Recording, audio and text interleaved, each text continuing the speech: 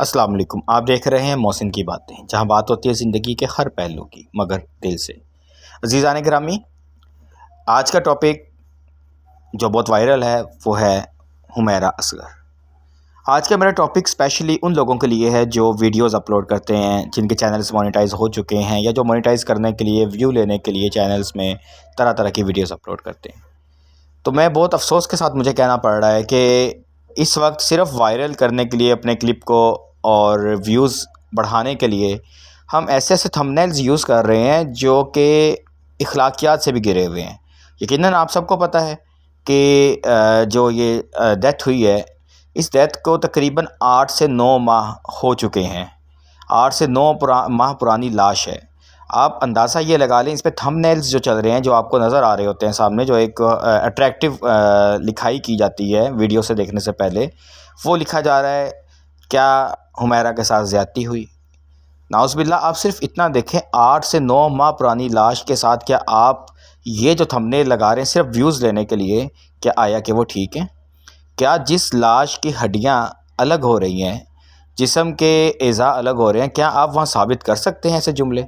خدا را صرف ویوز لینے کے لیے اس حد تک نہ گر جائیے کہ کل جب آپ کے ساتھ یہ حادثہ ہو سکے، اللہ نہ کرے کہ اگر کبھی خدا نہ خواستہ آپ کے ساتھ یہ حادثہ ہو جائے تو یہ سب چیزیں آپ کے ساتھ بھی ہو رہی ہوں۔ خدا را ایسی کوئی چیز وائرل نہ کریں جس کے اوپر آپ ہمیشہ کے لیے گناہ گار ہو جائیں۔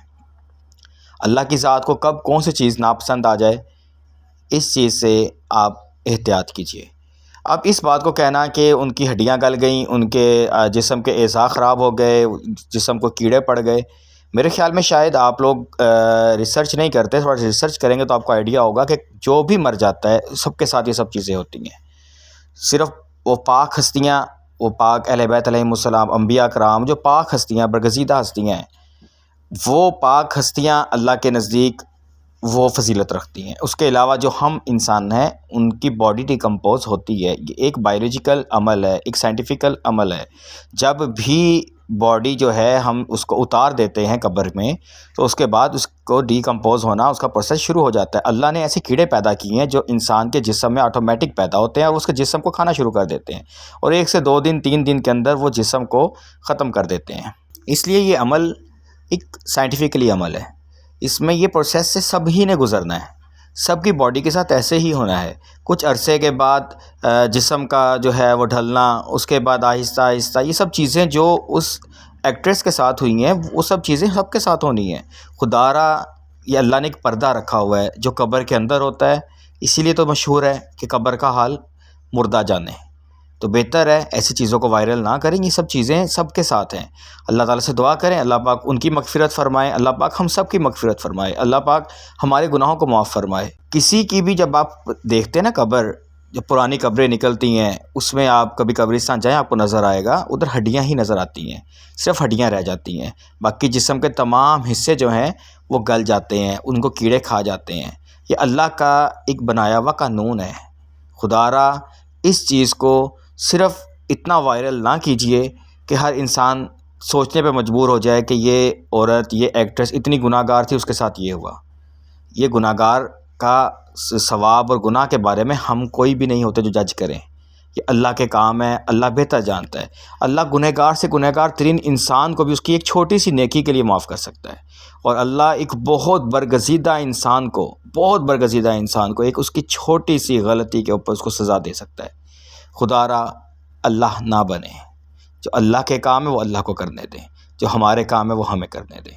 ہمارا کام ہے ہم مغفرت کی دعا کریں، ہمارا کام ہے کہ ہم اس روح کے لیے، اس کے اگلی منزلوں کے لیے آسانیاں پیدا فرمائیں، نہ کہ ہم اس کا جج بن کر اور خدا کا جو منصب ہے اس کو اپنا منصب سمجھ کے ہم فیصلہ کریں کہ وہ اس کے کیڑے پڑ گئے، اس کی لاش ایسے ہو گئی، اس کے جسم کو ایسے ہو گیا۔ خدا را ان چیزوں سے بچیے، اور ایسی کوئی ویڈیو وائرل نہ کیا کریں کہ جو آپ کے مرنے کے بعد آپ کے لیے باعث عذاب بنے، کیونکہ ویڈیوز جو ہم لوگ اپلوڈ کر دیتے ہیں وہ ہمارے مرنے کے بعد کسی نے بھی ڈیلیٹ نہیں کرنی، وہ کسی نے بھی ختم نہیں کرنی، وہ اس وقت تک چلتے رہنی ہے جب تک وہ پلیٹ فارم رہے گا۔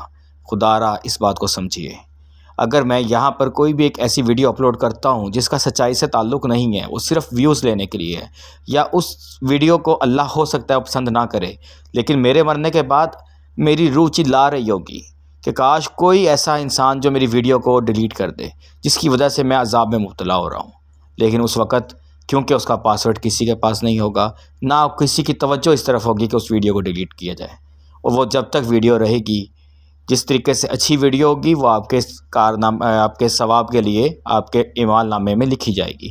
اسی طرح کوئی ایسی ویڈیو ہوگی جو آپ کے لیے گناہ کا باعث بنے گی، تو وہ بھی تا قیامت یا جب تک وہ پلیٹ فارم آپ کا ہے، یوٹیوب ہے، ٹک ٹاک ہے، اس وقت تک وہ آپ کے لیے باعث عذاب بنے گی۔